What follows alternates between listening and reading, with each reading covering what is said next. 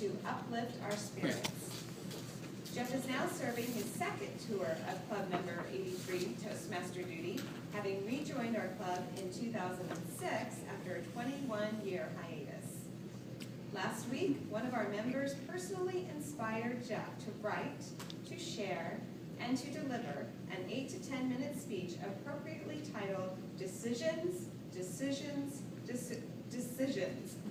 Please join me in giving Jeff a thunderous welcome to the lectern.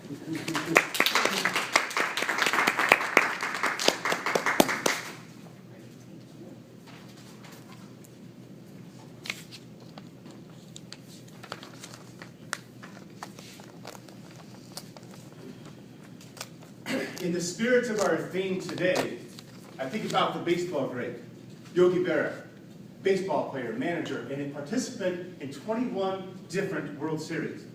Also, he is a noted philosopher. He said, when you come to the fork in the road, take it. Decisions, decisions, decisions. Last week, I was inspired when our Toastmaster Laura answered the table topic question, if there was one thing in your life that you would change, what would it be?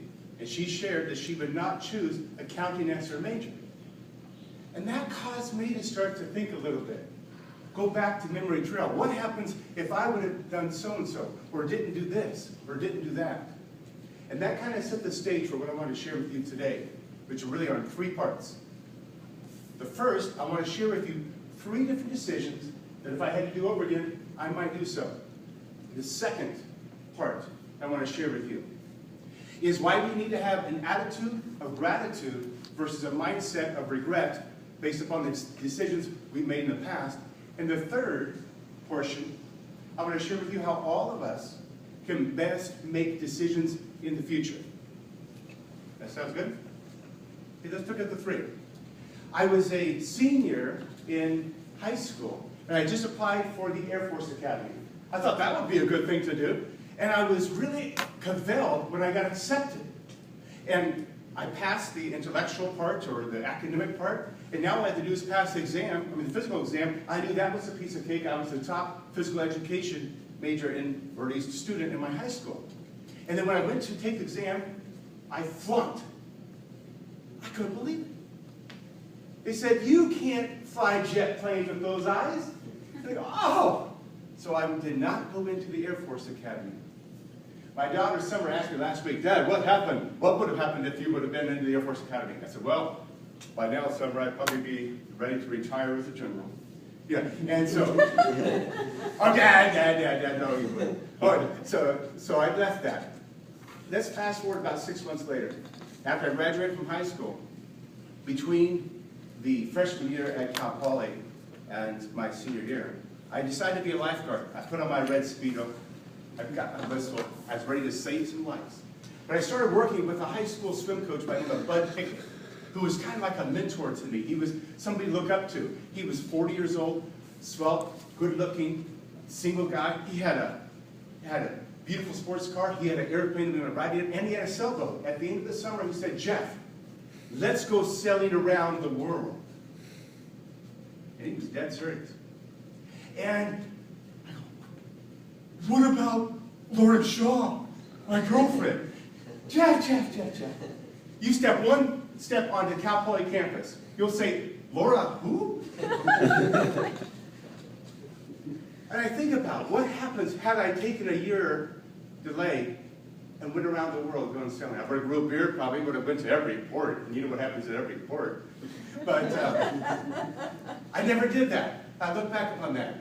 But the third change that maybe I would have made was on May 23rd, 2007. I sat across the table from a gentleman by the name of Kyle, who happened to manage a hedge fund for myself and my clients. And I said, Kyle, I need to get a copy of 18 pages of the brokerage report, not just the top report. Kyle replied back to me, said, Jeff, I can't give that to you. That's our secret sauce. That's our proprietary intellectual property. I said, okay. Kyle, give me then, if you would, give me access so I can look online. I can look at the 18 pages. He again said, Jeff, we can't give you access because you're not licensed as a options principal. I said, oh.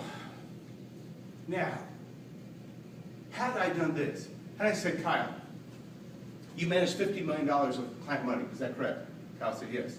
Of that $50 million, myself and my clients have $40 million. So I have essentially control over 80% of the money you manage in the world. I'll give you 15 minutes to give me a complete copy of that report.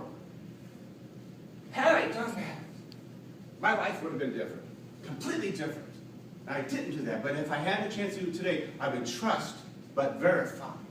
And I look back, wow, would I really have made those differences? Because let's go to number 2, the second section. The first reason why we should have an attitude of gratitude about the decisions we made in the past is that we cannot afford to pay the price for beating our own selves up with couldas and wouldas and shouldas. It just sucks the life force out of our bodies.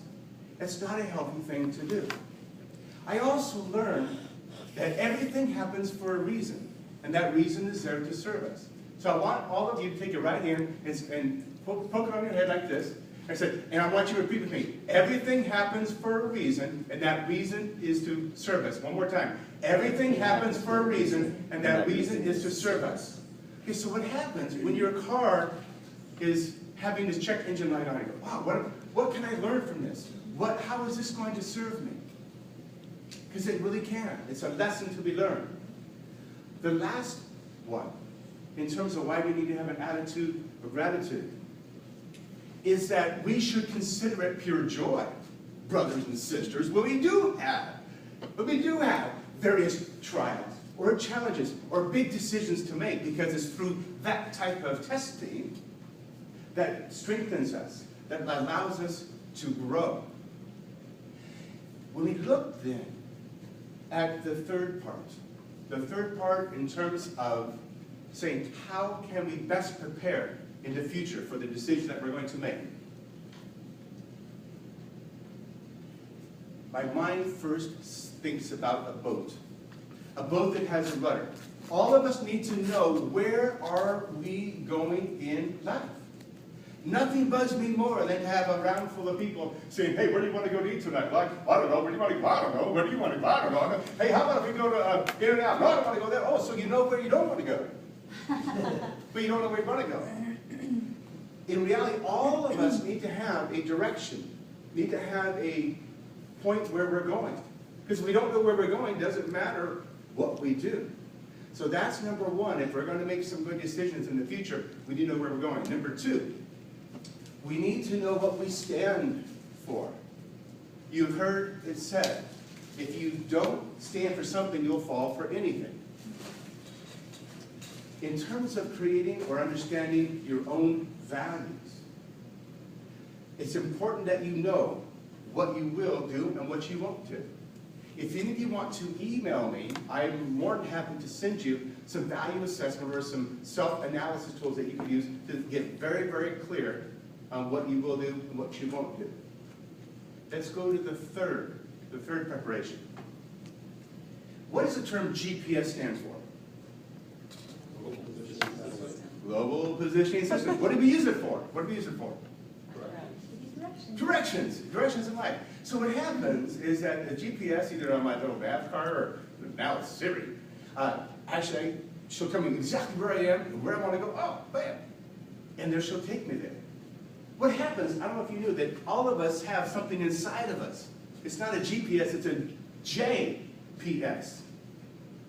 A joy positioning system. And I actually call that a joyometer. We have a joyometer inside of us. All of us do. Watch. When Yogi Berra was talking about making the decisions, that reminds me of Darren Hardy's book called The Compound Effect. It said that the decisions that we make over time will compound and compound. And just as Sherelle said one time, that because of her decision to continue to come to Toastmasters, all of a sudden she's an accomplished speaker now. So what happens when you come to that fork in the road, all you do is this. You turn on your joyometer and you go, me, me, me, me, me, me, me, me, me, me, me, me, me, me, me, me, me, me. And that's the path that you need to go. Seek joy, Toastmasters.